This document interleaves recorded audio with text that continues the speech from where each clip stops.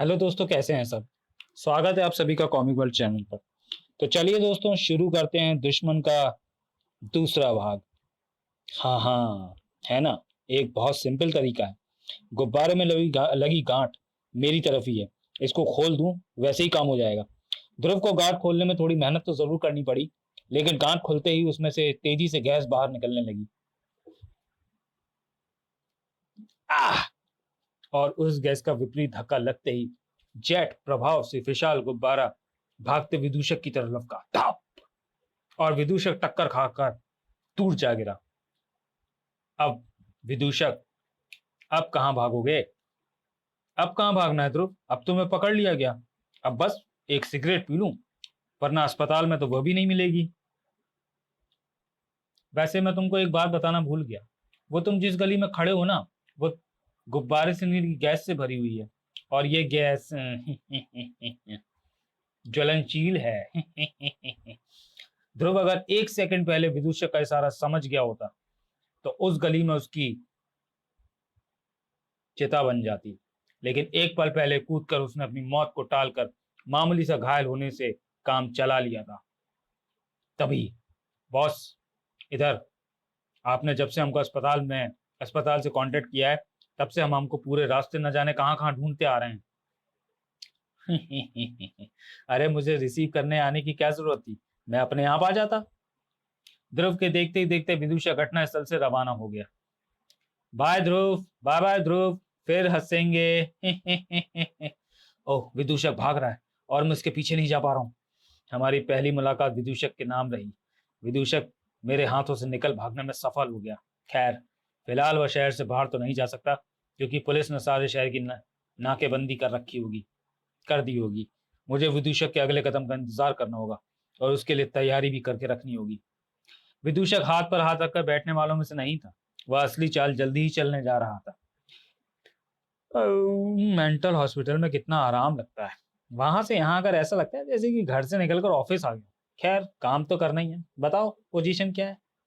हमारे आदमियों को जिस गैंग ने मारा था उसका पता चल गया है बॉस। किसी हारून शाह का गैंग है। वैसे तो इस वक्त वह इस शहर का सबसे बड़ा डॉन है, लेकिन यह भी पता चला है कि वह भी किसी और के लिए काम करता है। किसी और के लिए यानी उससे भी बड़ा कोई डॉन राजनगर में मौजूद है। कौन है वो?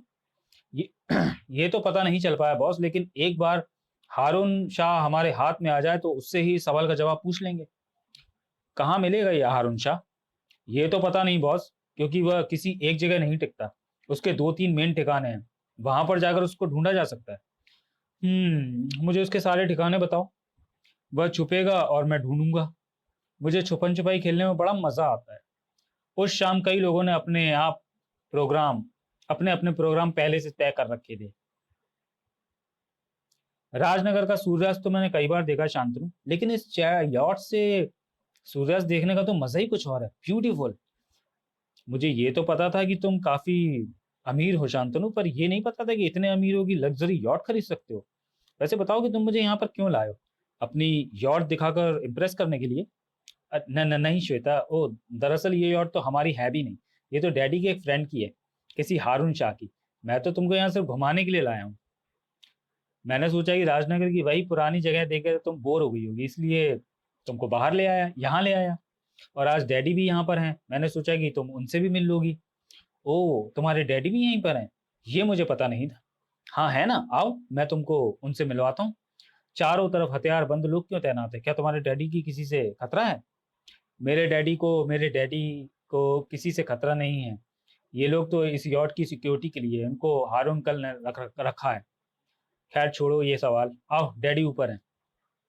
श्वेता इस बात से बेखबर थी कि इसी वक्त यॉट के दूसरी तरफ कुछ और घट रहा था। खींचो, जल्दी खींचो। ये रही तुम्हारी पेमेंट, अब निकल लो फटाफट। डैडी! ओह शांतनु, तो तुम भी यहीं यॉट पर ही थे?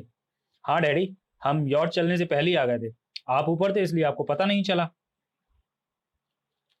हाँ, मैं तो काम में बिजी था, पर तुम्हारे साथ ये कौन है? डैडी, ये श्वेता है। मैंने बताया था ना आपको इसके बारे में। हाँ हाँ, कमिश्नर साहब की बेटी जो तुम्हारे कॉलेज में ही पढ़ती है। वेलकम बेटा, वेलकम। Thank you uncle. अब क्या आपके अक्सर इस यॉट पर आते हैं अंकल, तट से दूर बीच समुद्र में? कभी कभी बेटा, मैं एक ओशनोलॉजिस्ट हूँ, एक समुद्र विज्ञानी। इस यॉट के मालिक हारून शाह मेरे दोस्त हैं, बस कभी कभी उनसे ही उधार ले लेता हूँ। यह यॉट समुद्र की खाक छानने के लिए। इतना झूठ मत बोला करो हारून शाह, वरना वरना जितने झूठ बोलेगा कौन, ऊपर जाकर उतने ही डंडे खाने पड़ेंगे। कौन हो तुम भाई, और अंदर तक कैसे आ गए? कमाल है, तू मुझे नहीं पहचानता? यानी ना तो तू कभी मेले गया, ना ही मेरे कॉमेडी शो देखे, और ना ही टीवी देखता है। अरे मैं सुपर कॉमेडियन विदूषक हूँ। सारे टीवी चैनल आज सुबह से मेरी ही फोटो तो दिखा रहे हैं। विदूषक? मेंटल हॉस्पिटल से भागे हुए पागल अपराधी तुम हो, पर तुम यहाँ क्या कर रहे हो? ये सवाल तो हारून शाह को मुझसे पूछना चाहिए था, क्योंकि इसने मेरे 2 आदमियों को मार डाला है, और मैं अपने हर आदमी का 1 करोड़ का बीमा करके रखता हूँ, और वह 1 करोड़ रुपया मैं उससे वसूलता हूँ जो मेरे आदमियों को मारता है। इसलिए हारून शाह, मुझे 2 करोड़ रुपए दे दो तो मैं चुपचाप चला जाऊंगा। तो तुमको कुछ गलत फहमी हो गई है विदूषक। ये चोट जरूर हारून शाह की है, पर मैं हारून नहीं हूँ। मैं तो डॉक्टर प्रकाश पारिक हूँ, एक समुद्र विज्ञानी। ये और तो मैंने सिर्फ आज के लिए ली है, समुद्र की छानबीन करने के लिए। मैं हारून तक तुम्हारा मैसेज पहुंचा दूंगा। तू मेरी आंखों में धूल नहीं जा सकता हारून। या तो मुझे पैसे दे, और या मैं तेरे बदन का सारा खून बेचकर ये पैसा वसूल कर लूंगा। तूने अभी अभी 2 करोड़ की एक अंतरराष्ट्रीय पेंटिंग का सौदा किया है, वही चोरी की पेंटिंग जिसे स्मगल किया गया है। वह पेंटिंग मुझे दे दे, मैं चला जाऊंगा। कैसी पेंटिंग, कौन सी पेंटिंग? मुझे गुस्से से पागल मत कर हारून, वरना वरना 2 करोड़ के एवज में मैं तेरे 50 करोड़ की यॉट तोड़ दूंगा। ओह, ये इतनी देर से बमों की जगलिंग कर रहा था। इस धमाके की आवाज यॉट में मौजूद हथियारबंद आदमियों के कानों तक पहुंचने के साथ साथ वातावरण में भी फैल गई, और वहां पर भी उस धमाके को सुनने के लिए ऐसे कान मौजूद थे जो ये जानते थे कि ऐसे हादसों की खबर किसको देनी चाहिए। आवाज सुनते ही वह चिड़िया तेजी से राजनगर की तरफ बढ़ चली। यॉट में हालात बस से बदतर होने वाले थे। ये कौन है, यॉट में कैसे घुस आया? पता नहीं। हारून साहब को ढूंढता हुआ आया। नहीं मिले तो गुस्सा होकर बम दागने लगा। घबराइए नहीं पारिक सर, हम इससे निपट लेंगे। ये मैं कहाँ फंस गई? मैं तो शांतनु से गहरी दोस्ती का नाटक सिर्फ इसलिए कर रही थी क्योंकि इसकी बेशुमार दौलत देखकर मुझे इसके परिवार की दौलत कमाने के तरीके पर शक हो गया था। पर इससे ये तो पता चला कि इसके पिता के हारून शाह जैसे कुख्यात तस्कर से संबंध है। खैर, इस वक्त तो मेन विलेन यह विदूषक है। इससे निपटने के लिए मुझे चंडिका बनना होगा, और चंडिका बनने के लिए मुझे इस दरवाजे से चुपचाप निकलना होगा। बाहर निकलकर श्वेता को एक ऐसा खाली स्थान ढूंढने में कोई दिक्कत नहीं हुई जहां पर वह चंडिका का रूप धारण कर सके। यहाँ पर मुझे चंडिका बनते कोई नहीं देख पाएगा। चंडिका ने अपने पर्स की जिप को खोला। जिप खोलते ही पर्स चंडिका की सुनहरी विग में बदल गया। पर्स के अंदर चंडिका की बेल्ट और जूते मोड़ कर रखे हुए थे, और जूतों के अंदर रखी थी चंडिका की बैगनी ड्रेस। कुछ ही पलों बाद श्वेता के स्थान पर चंडिका उस केबिन से निकल रही थी, लेकिन तब तक चंडिका का काम सिक्योरिटी गार्ड खुद ही पूरा कर देने वाले थे। धम! छलनी कर दो इसके बदन को। हा! एक तो हारून भाई की यॉट पर बिना इजाजत आता है, और फिर पैसे मांगता है। तू हमसे पैसे निकलवाने आया था, और हमने तेरी जान निकाल ली। जानते हो, आह, राक्षसों की जान तोते में रहती है। हाय, पर बताओ, आदमी की जान किस में रहती है? आओ, जानते हो? मरते मरते भी सवाल पूछ रहा है। आदमी की जान बदन में रहती है मूर्ख, और वो तेरे बदन से निकलने वाली है। गलत, नहीं निकलेगी, क्योंकि इंसान की जान रहती है बुलेट प्रूफ जैकेट में। देखो, मैं बुलेट प्रूफ जैकेट पहने हूं तो मेरी जान नहीं निकली ना। पर तुम लोगों की इतनी गोलियां खाकर मेरी गैस बन रही है, और तुम लोग ने जो छेद कर दिए उससे निकल रही है ना।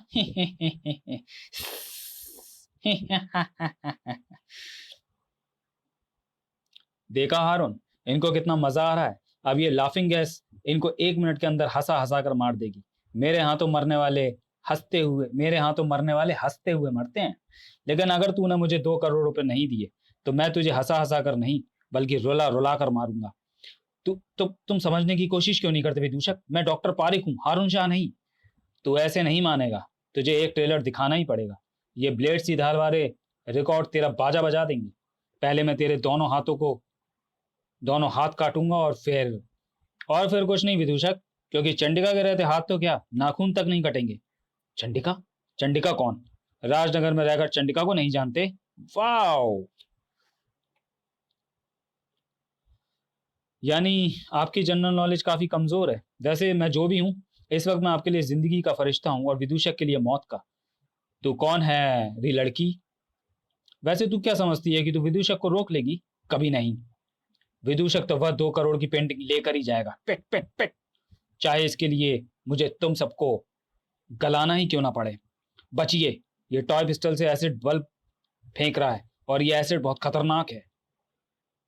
ये एसिड बल्ब बहुत ही पतले कांच के बने हैं। अगर मैं इनको हाथ से पकड़ने की कोशिश करूं तो ये हाथ में ही टूट सकते हैं, लेकिन अगर मैं एक भी एसिड बल्ब पकड़ लूं तो विदूषक पर उसी एसिड का वार कर सकती हूँ। यह है पानी भरा जग, ये मेरी मदद कर सकता है। आहा, जग में भरे पानी ने एसिड बल्ब को टूटने नहीं दिया, और अब मैं इस एसिड बल्ब को पानी से निकालकर विदूषक को उसी एसिड का स्वाद चखा सकती हूँ। या जल गया रे। अभी तो तुझे अपनी ही चीज से जलन हो रही है विदूषक, पर अब तुझे मेरे घूंसे से सूजन होगी। हाय, मैं तो पिट गया। अब ये लोग मुझे पकड़ लेंगे, मुझे जान से मार देंगे। बचाओ गिग्गा, आजा, मुझे बचा जा। विदूषक की पुकार के जवाब में चंडिका के पीछे एक सरसराहट हुई। चंडिका फुर्ती से पलटी और उसके चेहरे पर आश्चर्य के भाव फैलते चले गए, क्योंकि उनके सामने एक अजीब गरीब क्योंकि उसके सामने एक अजीब गरीब और भयंकर आकृति खड़ी थी। अच्छा है ना, ये मुझे बरसों पहले एक मेले में मिला था। तब ये बच्चा था और एक आदमी इसको दिखा दिखाकर पैसे कमाता था। मैंने उस आदमी को इस संसार से मुक्ति दिलाकर उस बच्चे को अपनी ममता की छांव में ले लिया। तब से ये अपने विदूषक पापा से बहुत प्यार करता है और अपने पापा पर पड़ा एक भी घूंसा ये बर्दाश्त नहीं कर पाता। इसको देखकर तुम्हारी गिग्गी बन गई ना? देखा देखा, इसलिए तो मैं इसका नाम गिग्गा रखा है। अब तुम पिटो और मैं चला हारून शाह के पास। चंडिका यानी श्वेता एक बड़ी मुसीबत में फंस गई थी, लेकिन मदद रास्ता तय करती हुई इसके पास आ रही थी। यॉट पर गड़बड़, मुझे जल्दी से रास्ता दिखाओ। श्वेता भी एक यॉट पर ही गई है, कहीं यह गड़बड़ उसी यॉट पर तो नहीं हो रही है? गड़बड़ उसी यॉट पर हो रही थी, लेकिन जिनके कारण ये गड़बड़ हो रही थी वे यॉट से बचकर भाग निकले थे। डैडी, श्वेता को भी साथ में ले लेते। हमने उसे यॉट पर कितना ढूंढा था शांतनु। अरे उसको खुद हमारे साथ ही रहना चाहिए था, अब उसे ढूंढने के चक्कर में हम भी मर जाते। श्वेता तो पारिक साहब को कहीं मिलने वाली भी नहीं थी, क्योंकि इस वक्त वह चंडिका के रूप में थी और वह विदूषक का रास्ता रोकने की सजा भुगत रही थी। इस गिग्गा से शारीरिक शक्ति का प्रयोग करके जीता नहीं जा सकता, दिमाग का इस्तेमाल करना होगा। यह गिग्गा वास्तव में एक जानवर है और कई जानवरों की तरह ये भी पराध्वनि पराध्वनि तरंगे सुन सकता होगा। और अगर ऐसा है तो मेरे बेल्ट बकल में लगे अल्ट्रासोनिक यंत्र से निकलती तरंगे इसके दिमाग में जरूर खलबली मचा देंगी। अल्ट्रासोनिक तरंगों के कानों से टकराते गिग्गा चीख उठा। उसका पूरा शरीर पानी से बाहर निकली मछली की तरह तड़पने लगा। अगर चंडिका की खराब किस्मत उस लहर को वहां न खींच लाती जिसने यॉट को एन वक्त पर टेढ़ा कर दिया, तो गिग्गा अल्ट्रासोनिक तरंगों की कैद से कभी आजाद ना हो पाता। क्रैक! ओह, मेरा अल्ट्रासोनिक सर्किट टूट गया। अगले ही पल चंडिका गिग्गा की कैद में तड़फड़ा रही थी। ध्रुव राजनगर तट तक पहुंच चुका था, ठीक उसी जगह पर जहां पर डॉक्टर पारेख और शांतनु भी मोटर बोट से उतर रहे थे। अरे तुम तो वही हो जिसके साथ श्वेता को लॉन्च पर जाना था, पर श्वेता कहाँ है और तुम लोग मोटर बोट से क्यों आ रहे हो? ध्रुव के सवाल के जवाब में शांतनु पूरा घटनाक्रम सुनाता चला गया। श्वेता भागकर कहाँ छुप गई है हमको भी नहीं पता चला। हमने उसको काफी ढूंढा पर वह नहीं मिली। हम भी विदूषक और उस गिग्गा के डर से ज्यादा देर तक नहीं रुके। सच पूछो तो अगर वह चंडिका एन वक्त पर वहां ना पहुंचती तो हम भी बचकर निकल नहीं पाते। ओह, यह मोटर बोट मैं ले जा रहा हूँ, श्वेता को ढूंढकर वापस लाऊंगा। तुम लोग कमिश्नर साहब को खबर करके लॉन्च में भेज देना। कुछ ही पलों बाद ध्रुव यॉट की तरफ बढ़ रहा था। उस यॉट पर बीच समुद्र में जहां मुसीबत आई है वहां श्वेता गायब हो गई और चंडिका प्रकट हो गई। ऐसा कई बार हो चुका है, श्वेता गायब होती है और चंडिका आ जाती है। अब मेरा शक विश्वास में बदल गया है, वह हर बार संयोग नहीं हो सकता। श्वेता ही चंडिका, और ऐसा करके वह बार बार अपनी जान को खतरे में डालती है। मैं ऐसा कभी नहीं होने दूंगा। श्वेता ध्रुव के इन विचारों से अच्छी तरह से अवगत थी, इसलिए उसने ध्रुव के ऊपर कभी इस रहस्य को खुलने नहीं दिया था कि श्वेता ही चंडिका है, क्योंकि ध्रुव यह रहस्य जानने के बाद कभी भी चंडिका की मदद लेना स्वीकार नहीं करता। पर इस वक्त तो चंडिका को मदद देने के बजाय मदद लेने की जरूरत थी। अब क्योंकि गिग्गा के पंजे के नीचे दबकर उसकी घुटती सांसें अब दम तोड़ रही थी और चंडिका को अपनी सांसों से बहुत प्यार था। चंडिका की उस किक ने गिग्गा के पूरे शरीर में दर्द की लहर दौड़ा दी। चंडिका आजाद तो हो गई, लेकिन बाजी अभी भी उसके हाथों में नहीं थी, क्योंकि गिग्गा ने अपने आप को बहुत जल्दी संभाल लिया था। कनपटी पर भीषण मार पड़ते ही चंडिका के होश डूबने शुरू हो गए और गिग्गा का गला चंडिका के खून से तर होने के लिए बेचैन होने लगा। लेकिन इससे पहले कि उसके दांत चंडिका की गर्दन में धंस पाते, गिग्गा को चंडिका को छोड़ देने के लिए मजबूर हो जाना पड़ा। तड़ाक!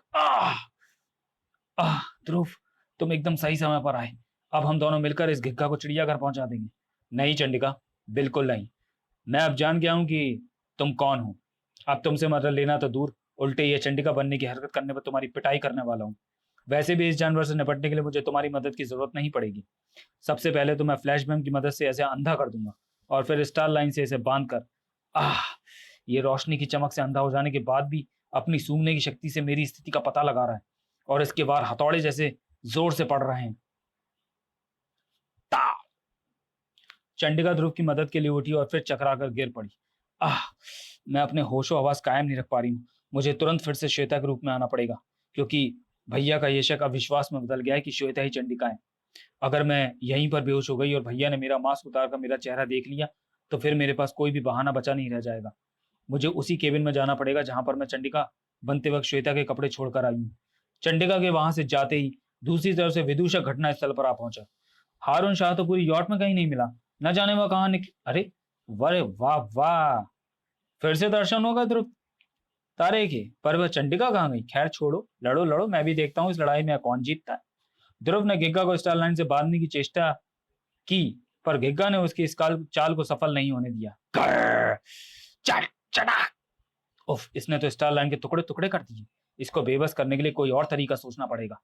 आहा, लंगर की ये चेन। तो चलिए दोस्तों, वीडियो को यही समाप्त करते हैं और मिलते हैं दुश्मन के तीसरे और अंतिम भाग में अगले वीडियो में। तब तक के लिए धन्यवाद।